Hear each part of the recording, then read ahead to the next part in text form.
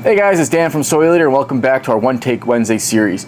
Today on episode 14, I'll be going over basically some advice that I can give you if you're starting your career in law enforcement, whether or not you're in the academy or starting FTO or in kind of that first year or two of patrol. So this was requested a couple weeks back here. I did some Instagram polls. Hey, what did you guys want? And some patrol-based advice is something you guys were looking for. So it's going to be a little drier. Again, probably doesn't relate to a lot of people unless you're starting your career in law enforcement. But I think for those guys in law enforcement or who are entering, it'll be super helpful. So first thing I'm going to start off, I have my notes in front of me here, so don't mind those. I'm going to start off with the academy, right? So at this point, you've taken whatever civil service exam or whatever test your local area has. From that point, you've passed the background, passed the psychological, passed the physical fitness. So congratulations, most people can't get through those parts. So from there, it's like, hey, I start the academy, what do I want to do? All right, so the first thing I would say is follow directions, right? So your class counselor, whoever's in charge of you during the academy, is going to give you tasks and demand, have certain demands and want things done a certain way. Just follow the directions. That's going to save you a lot of time and effort when it comes to remedial training or physical fitness. So just follow directions. Be aware of the directions and don't be afraid to ask questions for those directions. Throughout the academy, being a leader will pay off. Being able to understand those directions and then maybe tell some of your classmates will help you. Most of the time, again, I can only speak for my academy. I've only gone through one academy, but they gave you a uniform. The uniform has to be a certain way, right? So make sure your uniform's clean, press. We went home every night and would iron our uniform. Our brass, we had brass. We still have brass, unfortunately, in 2023. But we polished the brass. We made sure our boots were all spit shined. Show up every day with your uniform looking super crisp. But I'll go into that later when we get into the FTO and the road portion. Don't be afraid to help your classmates, right? So the big thing, a lot of the organizations are like paramilitary. I was never in the military, but through the police academy, I kind of probably learned some things that cross over. Is you are a team. You're no longer an individual, right? It's not you versus all the bad guys out there. It's you and your team or you and your platoon, right? That are going out there and catching bad guys, right? So be a team player and help your classmates, right? So great. Let's say you're running a mile, right? Great, you came in second, let's say, right? Cool. Circle back around and start bringing in some of the stragglers at the end of the pack, right? That just shows that you're here for the team game. You're here to motivate your guys, and you're a team player. Be respectful to classmates and instructors. Some classmates are going to be a bunch of idiots, right? Unfortunately, not all of them are squared away as you are. So, be respectful to them. Try to guide them and try to help them. Again, that goes back into being a leader. Same thing goes for instructors, right? So that same classmate you have that's probably not, top tier, there's going to be instructors down the road who are going to teach your academy, and they're probably going to be, relatively the same way, right? What do you call a doctor who got D's in medical school? Doctor, right? So that's kind of the old saying there. Don't be afraid to ask questions too, right? You shouldn't be leaving any penal law classes or vehicle and traffic law classes with any questions. There is no stupid questions, right? We all know there is, right? That one idiot kid will ask them, but try to be engaged, right? When the instructor asks a question, be the guy or gal who stands up and actually answers a question and who's engaging with the instructor. It's gonna build your reputation, and it's also going to show that you're paying attention. But building that reputation is super important in the academy, because what happens is those instructors go back to the road and start telling people about you, right? So if you're like falling asleep in class or kind of just not answering any questions and getting ragged on by the instructors, like they're going to go back and talk to all these people. And perception's reality with this stuff, and you'll find that law enforcement is very similar to high school again, right? So kind of that clickiness and the shit talking and all that stuff in high school goes away in college and then comes back if you start your career in law enforcement. So just be aware of that, and remember that perception's reality, and try to build your reputation, start building your reputation in the academy. All right.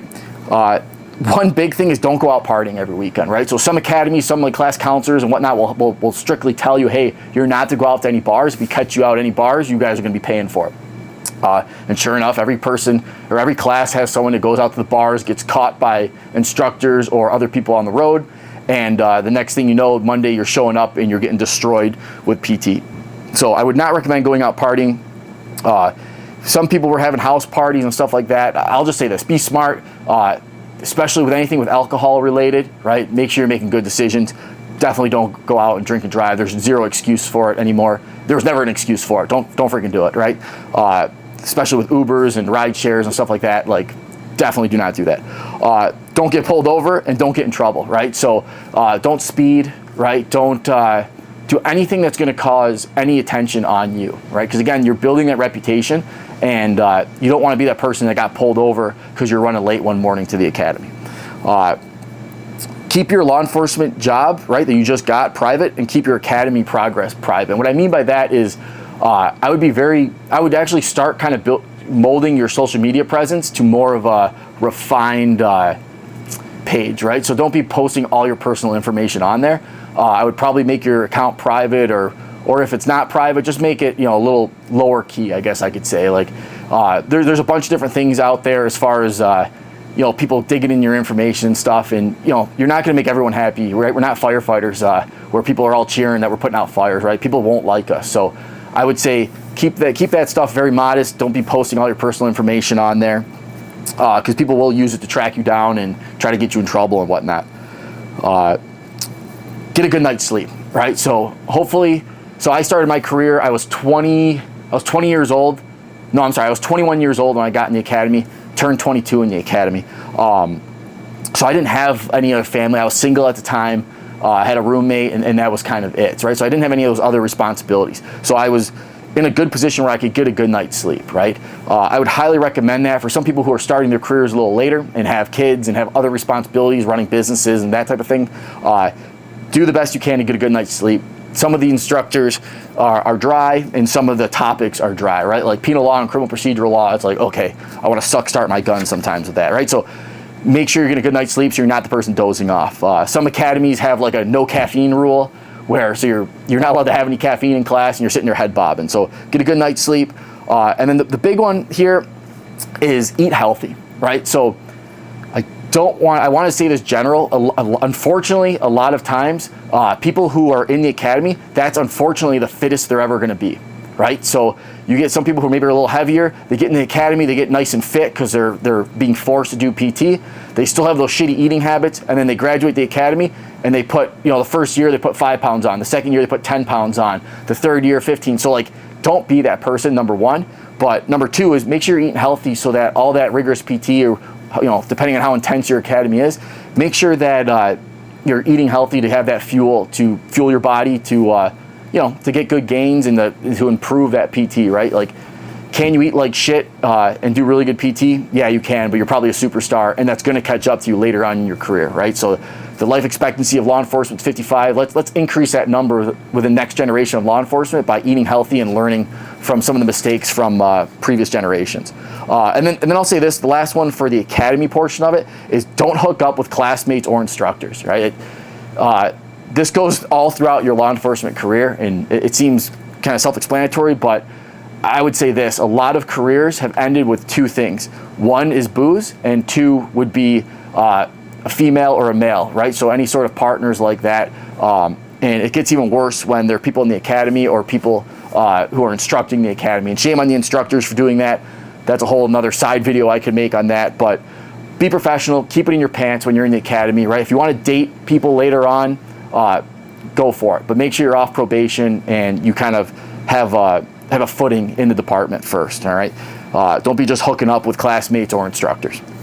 All right, so that kind of ends the academy side of it. I'm sure there's more. If you have any questions for the academy side of it, hit me up in the DMs. I can always answer questions. But we're going to move on now to you finish the academy, and you're going to be in the FTO process all the way up to, I would say, about 1 or 2 years on the job. All right. I would say the number one big one is introduce yourself to everyone you meet, right? So you see another deputy or another officer, go up there, introduce yourself, shake their hand, and say, hey, my name's whatever. Just started in the last academy class. Nice to meet you, right? You're building that reputation, and you're also meeting people and putting a face with a name, and vice versa. They're putting a face with a name, right?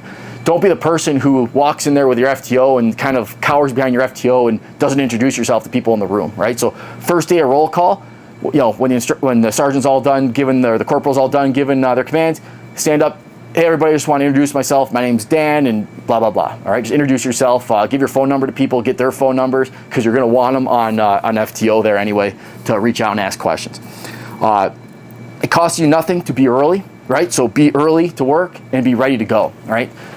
Again, each FTO program is going to be different. I was fortunate enough to have been an FTO for a bunch of years. I truly enjoyed it quite a bit, but I expected from my recruits that they were there early, the vehicle was selected, and all their gear was in it. All I needed to do was hop in it, throw my rifle and throw my kit in the back, and then we were good to go. All right, so get there early, make sure everything's on squared away, the vehicle's selected. I would recommend picking like the oldest, shittiest vehicle, whatever vehicle people don't want, grab that vehicle, right? That's your vehicle for the day, because you're driving it. The FTO is just riding passenger shotgun. So don't drive the new vehicle that people want, all right? Again, that's just building your reputation. Like, you'll get that new vehicle down the road when you've earned it, right? So I'll go into uniform real quick. Uniform to me is super important, all right? And just like anything, like, do you want the doctor who's squared away, looks squared away, or do you want the doctor that's kind of like a fat, messy dude? Same thing goes for attorney, right? Do you want the attorney wearing a Rolex with a nice suit, right? Or do you want the attorney that looks like a bag of dicks, right? Like, no. So the same thing goes for law enforcement. And I don't know the study, right? There was a study where they talked to convicts, felony convicted people, whatnot, and it basically went into how they selected the people the law enforcement officers that they were going to go against, and they were going to, try to either fight or shoot or kill based on their appearance, right? So again, stay physically fit, do jiu-jitsu, do any combatives on the side, right? Have those skill sets, but also just having a squared away uniform is super important, right? I always tried to, so our top score we could get on FTO was a 7. 7 was the best. Your uniform was pressed, polished, brass, nice and shiny, nameplates, all your stuff. You didn't really have much back then, but you had your nameplate, no special units or anything because you're brand new, serving since Tuesday pin, but have all that stuff squared away, right? All your gear is looking good, right? Your boots polished, stuff like that. It makes a difference, right? And a lot of people, I've seen over my career, let's put it this way, I've seen over my career how the standard for uniform has decreased, and don't be a part of that, right? Make sure you show up every day with your stuff looking good. The one thing I'll say too, once you get an assigned locker at whatever zone or whatever station you're working out of, always have an extra uniform in your locker room. Have an extra pair of socks and have an extra pair of underwear, right? You never know when those tacos backfire on you, or you're wading through a swamp to look for a missing person, stuff like that. So having a full extra uniform you can throw on at work is highly recommended. Different FTOs, there's different ways of doing something, right? So like different ways to skin a cat, you heard, right? So you're gonna learn stuff on FTO, right? Base what you're learning based on your policies and procedures and your general orders, right? Different FTOs are gonna have different ways of doing things, and what I'd highly recommend is do it the way the last FTO told you, and if the new FTO wants you to do it a different way, you'll do it their way. That's it. Right? So now you've got 2 ways of doing something. Maybe by the 3rd FTO, you've got 3 ways of doing something.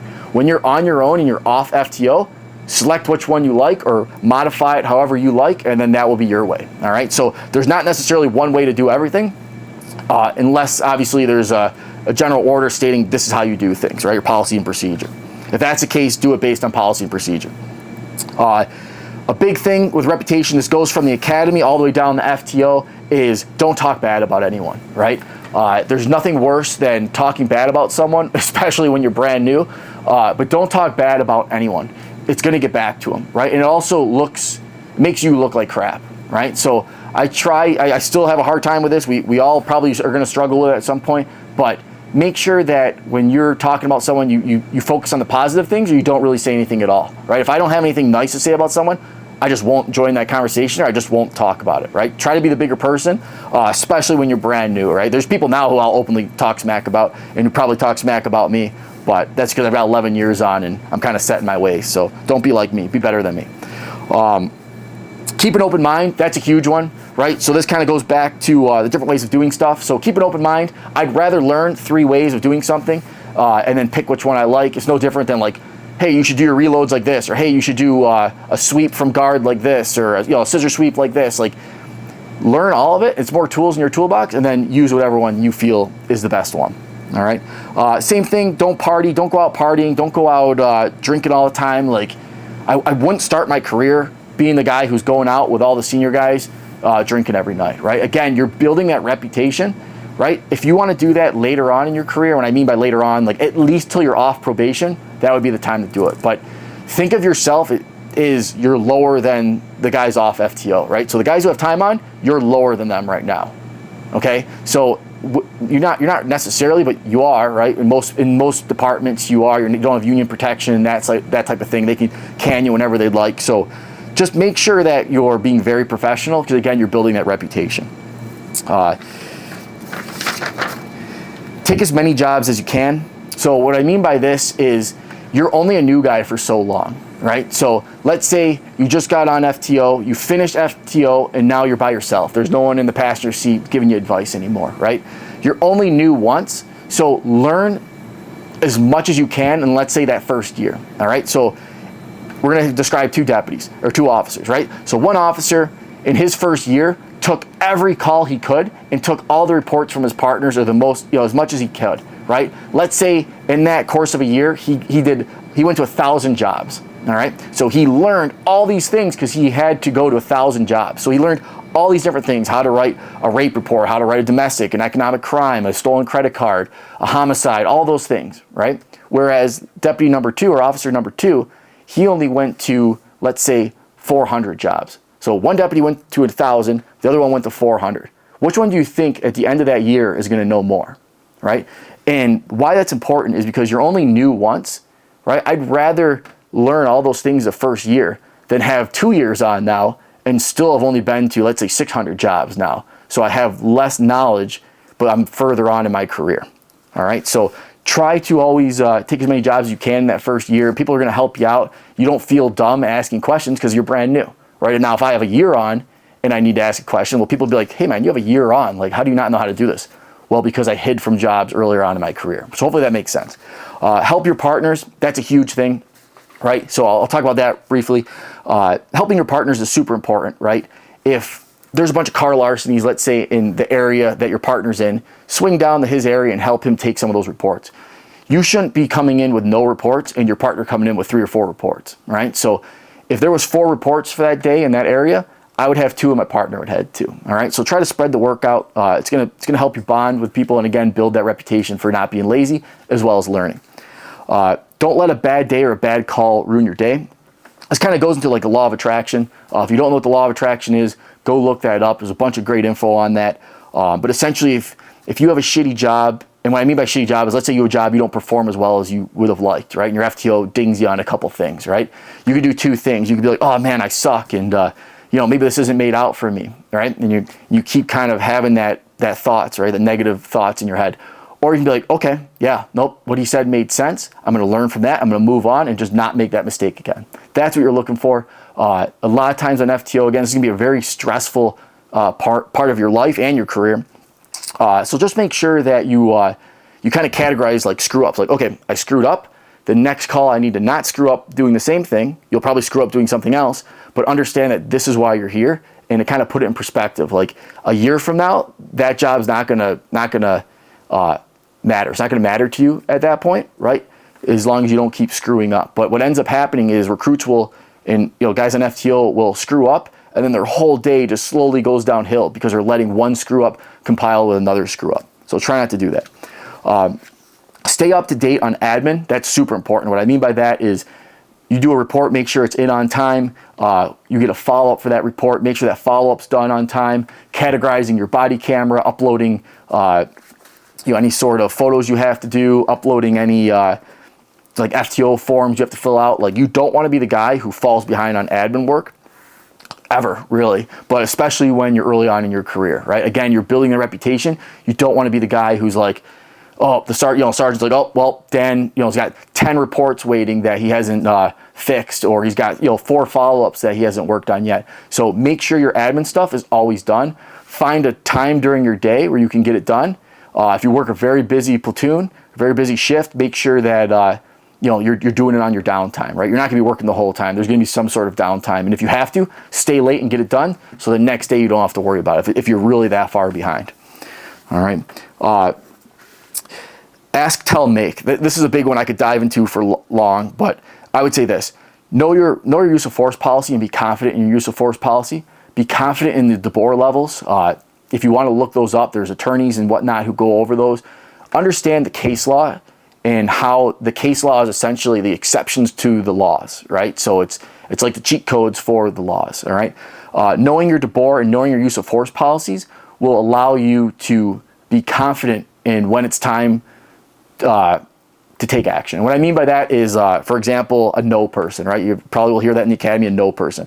I will ask that person probably several times to do something. If they're not doing it, I will then tell them, you're doing this, right? Like, you're leaving now. And then if they don't, at some point, you're gonna have to make them, right? And that usually means hands-on, and that usually means that could escalate to deadly physical force, right? It could. Any interaction could always end up in deadly physical force, right? So knowing your DeBoer level, knowing your use of force policies and your policies and procedures will get rid of that hesitation in your decision-making process and allow you to make split-second decisions without any hesitation based on, oh, I'm not sure if I can do that. Like, I know I can. I'm confident in myself. I'm confident in my sub-skills, whether it's defensive tactics or firearms or verbal judo, right? And laws and policies and procedures. So be squared away with that, and that will eliminate some of the hesitation. For vehicle and traffic law and penal law, I would highly recommend in the academy to make cheat sheets based on the most common laws in like vehicle traffic infractions that you'll be writing people. Have a little cheat sheet so I can just pull it out right here, look it up in my own cheat sheet, and then write it, right? The last thing I want to do on a traffic stop is sit there and going through the vehicle and traffic law book trying to find it when I've got a person who I don't really know in the vehicle that I stopped, right? So the faster you can look that stuff up, like a quick reference guide, the safer you're going to be, the quicker the traffic stop, the proactive activity that you were doing is, so you can jump on a call if another call comes in, or go on to the next one. All right. Tombstone Courage, that's a big one. If you haven't heard that, essentially what that means is don't let your ego or your courage get you in a tombstone, right? Be dead, kill you. So don't be afraid to ask for backup. Don't be afraid to wait for backup. I think that's probably the two main things. And this goes for guys with 30 seconds on the job and guys with, like me, with 11 years on the job, right? That you get confident in stuff, and what confidence sometimes leads to complacency, right? So again, if I'm going to get in a fist fight, I'd want 3 of my buddies there with me. If I'm going to get in a gunfight, I want 10 of my buddies there with me, right? So if you can, if the time and the situation allows you, get back up there, right? Maybe before I make this person get out of the, let's say it's a trespasser and he's not leaving a store, right? I'll ask him, I'll tell him, I already have backup coming, and then when my backup gets here, I'll make him, right? This isn't a jiu-jitsu match. This isn't a Muay Thai match. Like, there's no points. There's no winning a trophy. At the end of the day, it's like, hey, I want to go home and go see my family, and I'll be able to do that based on how I respond to stuff and how I act at work. All right. No DeBoer levels. We went over that. Know your general orders. That's super important. There's going to be different general orders or whatever they call them in your department that are super important. An example of one of those would be like the chase policy, right? So know your chase policy. Know when you're allowed to chase. Vehicle pursuit. When I say chase, not chase after them. Although I guess in 2023, some departments don't let you do that either. So know all your policies. Know when you can do things, and that will prevent you from hesitating. It'll prevent you from getting in a bad situation where now you're in grand jury. All right. Mindset's going to be huge. Again, going into the mindset of things, right? You're here to learn. You're going to screw up. It's just getting over those screw ups fast so that you can continue to learn and not make those same mistakes. And then I'll leave it on this, guys. So in my opinion, officer safety is number one. I think many people would agree. I can always go back and fix a report that I screwed up if my officer safety was good. All right. I can go back and do anything again, basically, if my officer safety was good. Right. If my officer safety shit, well, then I'm dead, and then I can't go back there, right? Or I'm seriously physically injured, and I can't go back there and fix a report, right? So at the end of the day, officer safety is super important. Make sure you're going out there and being safe and taking care of your partners and not being lazy. All right. So if you have any questions, guys, that I didn't answer, I'm sure there's plenty, because again, this is a very complex career, very complex process of the academy into FTO. But if you have any other questions for me, reach out in the comments and I'll answer them there. Take care. I'll see you next week.